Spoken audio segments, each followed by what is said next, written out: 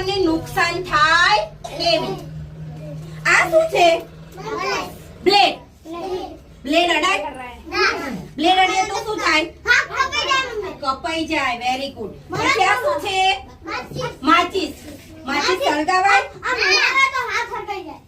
હાથ બળી જાય. માચીસ પણ અડાય. પછી આ શું છે? ચૂલા ઉપર તપેલી પડી હોય તો તપેલી અડાય? શું થાય? બળી જાય. ઓકે. આ શું છે?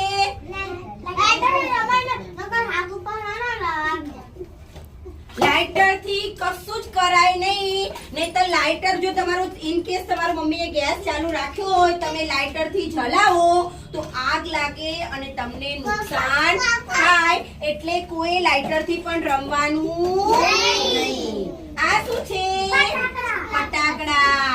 હાથમાં ફટાકડા લઈને કોઈ દિવસ ફોડવાના નહીં. કેમ કે તમે જલાવો અને ફેંકવા જાઓ એટલી વારમાં તમારા હાથમાં ફૂટી જાય અને તમારો હાથ દાઝી જાય. ઓકે. આ શું છે? ચપ્પુ. ચપ્પુ અડાય?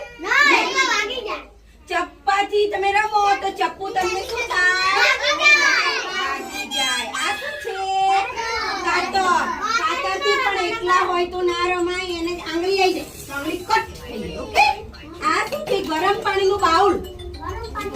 ગરમ પાણી અત્યારે તમારી મમ્મી હોય તો ગરમ પાણી મૂક્યું હોય પણ તમને એવું કે તમે જતા નહીં, અડતા નહીં, જોતા નહીં, પછી તમે જામ દોડમ દોડ ગયા હોય, ફાસમ ફાસ અને હાથ નાખી દો અંદર તો શું થાય? બળી જવાય. ગરમ પાણીમાં પણ હાથ નાખવાનો નહીં. આ શું છે? ઇસ્ત્રી. એક વખત કનિષ્ભાઈને ચોટી ગઈ હતી, પૂછી જુઓ.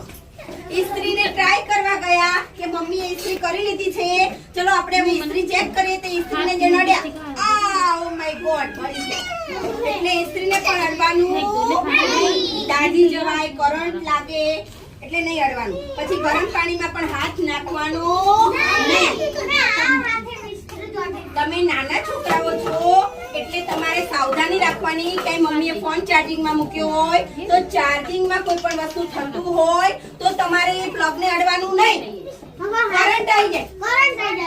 કરંટ આવે તો બેભાન થઈ જવાય, પછી તમને નુકસાન થાય. બરાબર છે?